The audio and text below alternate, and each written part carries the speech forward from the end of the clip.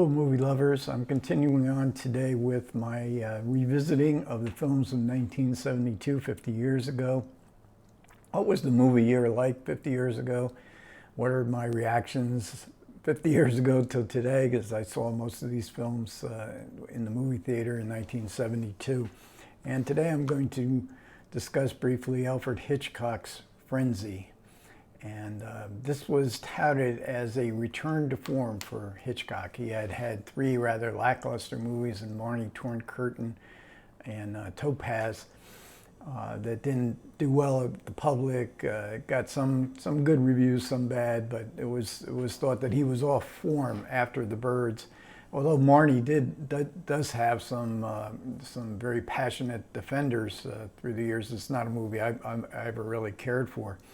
So this movie was highly anticipated, and as well because Hitchcock is back in London for the first time in probably 20 years. I believe 52 was Stage Fright, was the last time he made a film in London, and he really takes advantage of the locations here, and especially in the opening sequence, which is just delightfully ironic because we're on a riverbank of the Thames, and a politician is pontificating about how effective they are at cleaning up the pollution in the lake, and there's a crowd of people listening, or in the river, there's a crowd of people listening to him, and then somebody looks over the side into the river and discovers a naked woman's body floating dead in the river. And it's part of the theme of the visual theme of the film is that in this hustling and bustling city, in the shadows and the rivers and the apartment buildings right above Covent Gardens, where much of the exteriors are filmed, there's evil lurking. There's even murder. And that we're totally unaware of. And Covent Gardens at that time was the marketplace of London, so it's a very hustling and bustling and busy, and lots of people milling around, and totally unaware of what might be going on.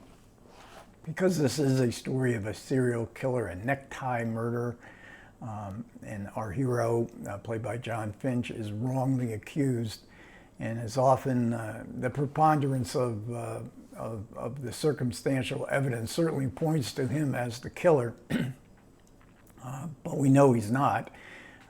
But he could be guilty. He has a violent temper. He's down and out. He's broke. He had evidently been some sort of war hero. He has friends that like him. There must have been another side to him before his precipitous decline. And I don't think we ever really learned why he did decline as he did. He opens up. He's just working as a bartender. So that's a typical Hitchcock theme of the wrong man, the man accused of a murder. But he's not. He looks like a murder, and the suspense of being on the run, being pursued, the suspense of how is he going to be caught? How is he going to be caught? Will the police figure out who the killer is? So this is not a whodunit, because Hitchcock lets us know who the killer is very early on, and in contrast to the man who looks guilty, who is innocent. Here we have a man who looks innocent, but he is guilty. He has an ingratiating character. He seems to be funny, easygoing. He's a friend of the hero, but he's really not a very interesting villain. I mean, this is not Bruno from Strangers on a Train, Uncle Charlie from Shadow of a Doubt, Norman Bates from Psycho. They were really interesting characters. He's basically just a nice guy who just happens to be a serial killer, but he looks normal, and that is the theme throughout Hitchcock's movies, as normal people might not be as normal as we think they are. And then we have an inspector played by Alec McGowan, and the food theme of Covent Gardens, where we see all kinds of fruit and vegetables being sold, continues on in the scenes between this inspector and his wife, played by Vivian Merchant, because she is a wannabe gourmet chef, but he can't eat her food. We see him having the traditional English breakfast back at his Scotland Yard, but he humors his wife by trying to eat all this food. And these scenes also provide some exposition. Some of it seems a little bit needless, as the inspector wonders whether whether there might be something wrong with all this circumstantial evidence. And we have some bravura Hitchcock moments. Probably one of the most famous visually is the reverse tracking shot, where the killer goes up with a woman to his apartment, and he's being all nice, but we know as soon as he closes the door, something bad is going to happen. And then there's I guess it was an overhead track that brought the camera around the corner of the floor and down the staircase, and then out into a busy, hustling street scene. So murder again, with ordinary life just going on around, just a few feet away. And then the other scene I think that is very Hitchcockian moment is the potato truck scene. If you ever see the film, you know what goes on in this scene, where the killer disposes of a body of his victim in a potato sack, throws it on a truck, because he lives right by Covent Garden. This is where he lives and works. And but then he discovers after he's done, he's disposed of the body in the truck, that an incriminating piece of evidence might be in the hand of, might have been grasped in the hand of his victim. He can't find it anywhere in the apartment, so he goes back to the truck, and he has to try, and then the truck takes off, and he has to try to get that incriminating piece of evidence out of a body in rigor mortis. I won't talk any more about it, but it's a grisly scene, and it is played humorously in a typical Hitchcockian kind of mordant humor. But then I have to talk about the rape and murder scene, because now the production code is down. Hitchcock can do nudity. He can be much more explicit in what he shows in his depiction of murder. And it's grisly, and it is very disturbing. And when I saw the film in 1972, I was not impressed by this scene. I thought it was too over the top. It's a powerful scene, and I know some people think it's a great scene, and it has its moments, because the woman who's being killed is so sympathetically portrayed, and as she's being raped and then murdered, she is reciting a psalm. I think it was Psalm 95, but I didn't care for it. And in the one supplement in this Blu-ray, the screenwriter Anthony Schaffer says that the scene actually was even more. It was even worse than this. And Schaffer told Hitchcock, I think you should cut some of this out. So I can't imagine sitting through this scene. Again, I was expecting it, because I've probably seen Frenzy only once since, which is really unusual, because almost all Hitchcock films, his famous films, I've probably seen 10, 20 times.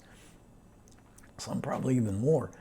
But I've only seen this one once, and mostly because I don't want to sit through that scene again.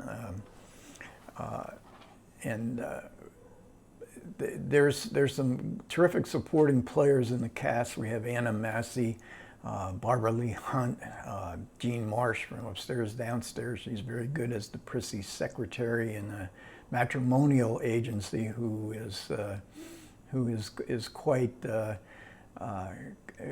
critical of the needs of some of these men, and even the matches that are made. We also get a scene typical in these kind of man-on-the-run Hitchcock movies, where you find refuge with a friend or just somebody you come across. And this is a scene with Billy Whitelaw and Clive Swift. And it really goes nowhere. Some of these later films of Hitchcock's, there's scenes that just sort of stop the action. And Billie Whitelaw is a great actress, but as it's a one note. Some of these characters are not really finely drawn, and sometimes the suspense of the movie kind of just shuts down for a while, even in the inspector and his wife scenes. This is a movie meant for suspense. I'd also argue, where's the subtext here in Hitchcock? Hitchcock without subtext is a difficult, and he may, and this not just late in his career, but there's some lesser Hitchcock movies all along the way where he doesn't seem quite as engaged. And you know, you could argue, well, the subtext is all in our imaginations. Hitchcock only talked about technical details. He didn't talk about what his films meant. And after all, the film was a hit anyways because of the affection that people had for Hitchcock and hoping that he did have another hit, and it was a hit. So my reaction, my very much mixed negative reaction, is not the consensus one. And I say this as Hitchcock is my favorite director of all time. You know, I grew up with Hitchcock. He was the first movie director I ever knew. What a movie director I'd ever seen. I didn't really even know what a movie director did, but Hitchcock was on TV every week, and you know, and he made these appearances introducing Alfred Hitchcock Presents, and he was so funny, and I loved the show as well. And then, you know, his movies were on television all the time, and I think when I was real little, the Spellbound was probably my favorite Hitchcock movie, but then, you know, all the other ones, Strangers on a Train and Shadow of a Doubt and Notorious, you know, they were on TV, we could see them. And then later on, The Birds premiered in prime time on NBC Saturday Night at the Movies, a big event. I think it was the highest rating television show in the pre-Super Bowl era. And I remember the ending so befuddled a lot of people with its lack of closure, the ending of The Birds, that the NBC was besieged with telephone complaints. Where's the ending? Did you cut off the ending? And then Psycho too. Psycho was shown in New York City. It was too rough for Saturday Night at the Movies. But it was shown in New York. I lived right outside New York, and it was shown on late night TV on the ABC station, local station in New York. And I was working as a newspaper delivery. I think I was about 17, and I was working as a newspaper delivery man in a car. I just learned to drive only on Sundays. And when we got to the place where we put all these heavy New York Times newspapers together, all different sections. It was a big agency, and everybody had stayed up to watch. Even though you had to be there at 3 o'clock in the morning, we all stayed up to watch Psycho, and the buzz was just tremendous too, of how much everybody loved the film. And then I also read Robin Wood's Hitchcock's movies, and that was the first book I ever read about a film director, and with a deep analysis of the movies. And I had never, to me, movies were just on the surface. I wasn't reading them any other way, but just the flow of the entertainment, and with Hitchcock, the suspense and the very strange situations. And Robin Wood found all these kinds of subtext in Hitchcock's movies, and had a very profound effect on me in the early 70s. And he loved Marnie. I did not. As I said, I'm not a fan of Marnie.